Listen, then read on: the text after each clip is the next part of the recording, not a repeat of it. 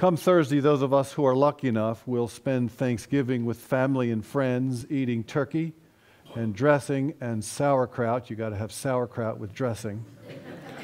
And mashed potatoes and all that kind of wonderful thing. I ask you to do one thing this Thanksgiving. I ask you, whoever you're with, to ask and answer one question.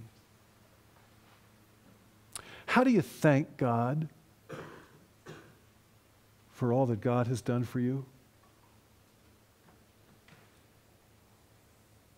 Some years ago, I came across a poem that asked that question. May I read it to you? It's a short poem. I have no idea who wrote it. It goes something like this. One midnight deep in starlight still I dreamt that I received a bill.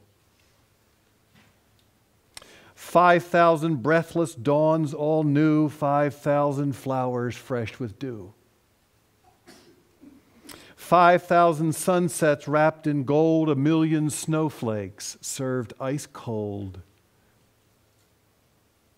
100 music-haunted dreams of moon-drenched roads and hurrying streams, of prophesying winds and trees, of silent stars and browsing bees. One June night in fragrant wood, one friend I loved and understood. I wondered, when I woke that day, how in the world could I ever pay?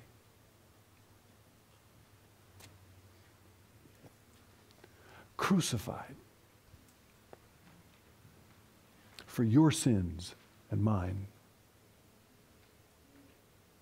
Beaten to a pulp,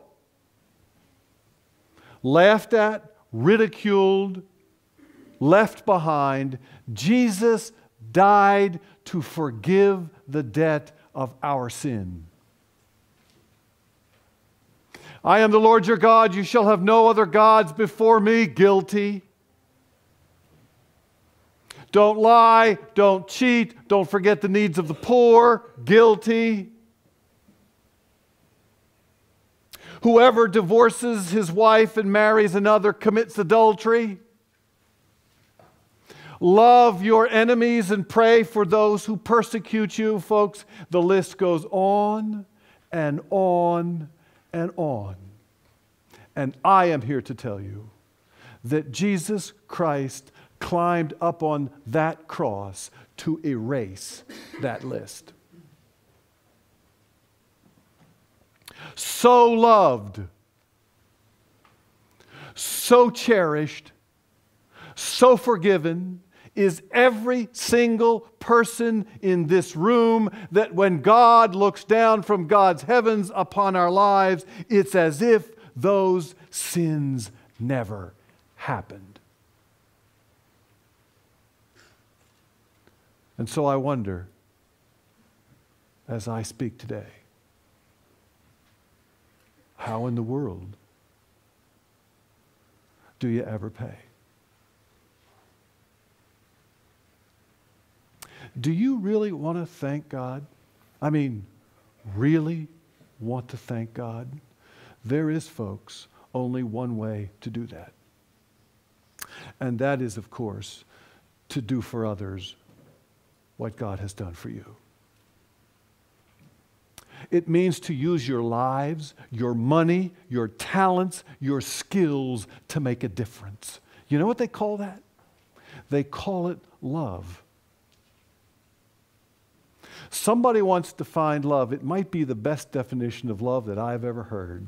Love is the selfless promotion of the growth of the other. The selfless promotion of the growth of the other. Love puts somebody else's needs, your spouse, your children, your congregation, your neighbor, somebody else's needs above your own.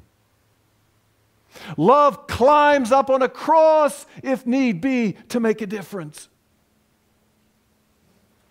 Jesus did. Will we? And what would it look like if we did? If you really want to make a difference this Thanksgiving, if you really, really want to thank God, would that make a difference in how much money you give to support the ministries of this church? How you set the priorities of your lives? How much quality time you spent with the people you love the most? How you cared for the poor?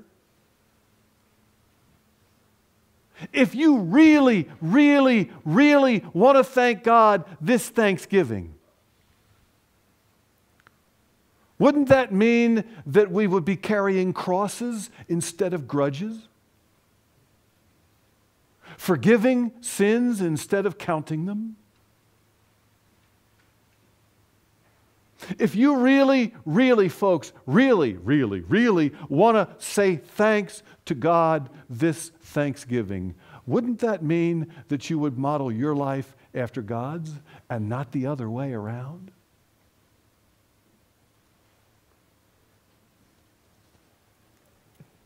I can't get away from this part of the text. When they came to the place that is called the Skull, they crucified him there with the criminals, one on his right and one on his left. And Jesus said,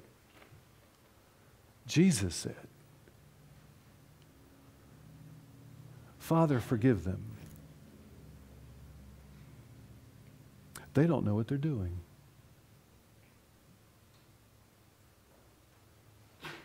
So loved, so cherished, so forgiven is every single person in this room, that when God looks down from heaven upon our lives, it's as if those sins never happened. So I wonder, as we speak today, how in the world do we ever pay?